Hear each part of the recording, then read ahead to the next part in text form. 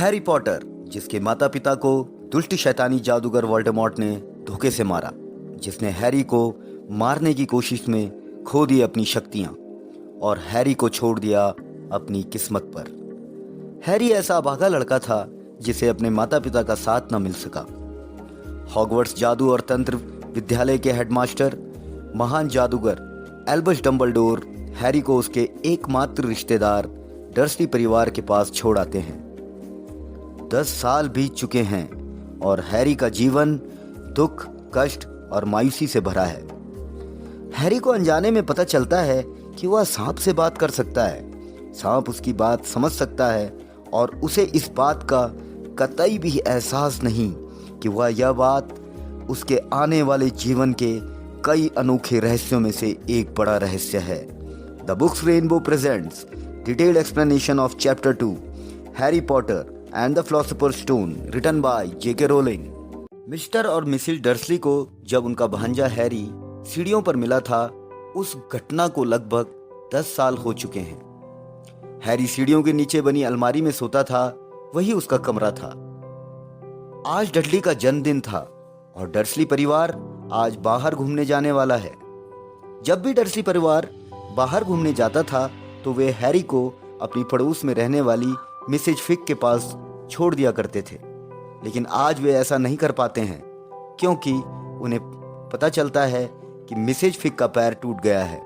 अब डर्सली परिवार के पास हैरी को अपने साथ ले जाने के अलावा कोई और रास्ता नहीं था। हैरी के अंकल उसे चेतावनी देते हैं कि अगर उसने कोई गड़बड़ की तो उसे क्रिसमस तक अलमारी में बंद कर देंगे। आधे घंटे बाद हैरी को अपनी किस्मत पर भरोसा नहीं हो रहा था। वह कार में बैठकर आज पहली बार चिड़ियाघर जा रहा था, लेकिन हैरी के साथ समस्या यह थी कि हैरी के साथ अक्सर अजीब चीजें होती थी।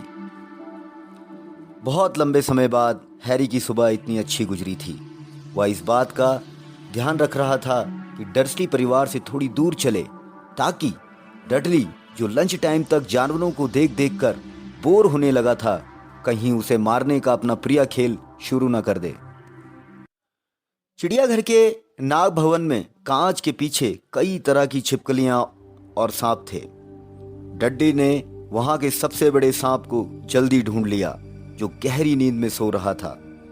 इसे उठाओ, डडली चिल्लाया, पर मिस्टर डर्सली द्वारा कोशिश करने पर भी वह नहीं उठा। ओह, कितना बोरिंग है, डडली ने आह भरी और पैर पटकता दूर चला गया। हैरी कांच के सामने आया और सांप की तरफ उत्सुकता से देखा। हैरी बोला, कोई ताजुब नहीं कि बेचारा सांप बोरियत के मारे ही मर जाए। साथ में कोई नहीं सिवाय इन मूर्ख लोगों के जो दिन भर उसे तंग करने की कोशिश करते हैं। सांप ने अचानक अपनी छोटी चमकदार आंखें खोली। सांप ने धीरे, बहुत धीरे अपना सिर उठाया जब तक कि उसकी आंखें हैरी की आंखों की ऊंचाई तक नहीं आ गई। सांप ने उसे आंख मारी। हैरी ने इधर उधर देखा और उसने भी उसे आंख मार दी। सांप ने अपनी आंखें छत की तरफ उठाई और फिर हैरी की तरफ देखा, जैसे कह रहा हो, मेरे साथ पूरे समय यही होता है। हैरी बोला, मैं जानता हूं। हालांकि उसे विश्वास नहीं हो रहा था कि सांप उसकी आवाज को सुन सकता है। हैरी ने पूछा, वैसे तुम कहां से आए हो? सांप ने अपनी पूंछ कांच के पास लगे एक छोटे साइन बोर्ड पर मारी। हैरी ने उसे पढ़ा, बोआ कॉन्स्ट्रिक्टर ब्राजील। यह सांप चिड़ियाघर में पैदा हुआ था। अच्छा, मैं समझ गया, हैरी बोला।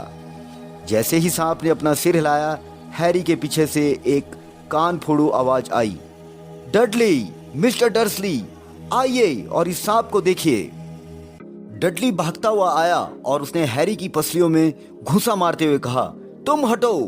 अचानक हमले से हैरी जमीन पर गिर पड़ा। आगे जो हुआ वह इतनी तेजी से हुआ कि कोई भी उसे समझ ना पाया। सांप के सामने वाला कांच गायब हो गया था। सांप अब तेजी से अपनी कुंडली खोल रहा था और फर्श पर फिसल रहा था। पूरे नाग भवन में लोग चीखने लगे और बाहर के दरवाजों की तरफ भागने लगे। सांप सरसराता हुआ हैरी के पास से गुजरा और हैरी ने साफ सुना था कि सांप ने उसे शुक्रिया कहा था। बाद में चिड़ियाघर के डायरेक्टर के सामने डडली अनाप शनाप बके जा रहा था कि कैसे सांप ने डडली को लगभग काट ही लिया था। हैरी सब जानता था कि ये सब झूठ बोल रहा है। घर पहुंचकर हैरी के अंकल उस पर जमकर बरसे और उन्होंने हैरी को उसकी अलमारी में जाने को कह दिया। हैरी अपनी अंधेरी अलमारी में पड़ा रहा। हैरी को उसके अंकल आंटी ने बताया था कि उसके माता पिता एक कार एक्सीडेंट में मारे गए थे जिसमें वो बच गया था। हैरी इस बात को बार बार सोचता था। उसे याद नहीं आता था कि जिस कार एक्सीडेंट में उसके माँ बाप मरे थे उसमें वह भी था। जब हैरी छोटा था तो अक्सर सपने देखता था कि कोई अनजान रिश्तेदार उसे यहाँ से दूर ले जाने के लिए आया है, परंतु ऐसा कभी नहीं हुआ। स्कूल में हैरी का कोई दोस्त नहीं था।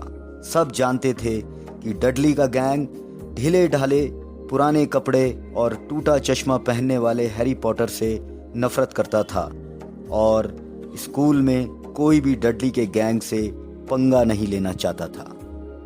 दोस्तों, ये था Harry Potter and the philosopher stone के चैप्टर 2 का डिटेल्ड एक्सप्लेनेशन।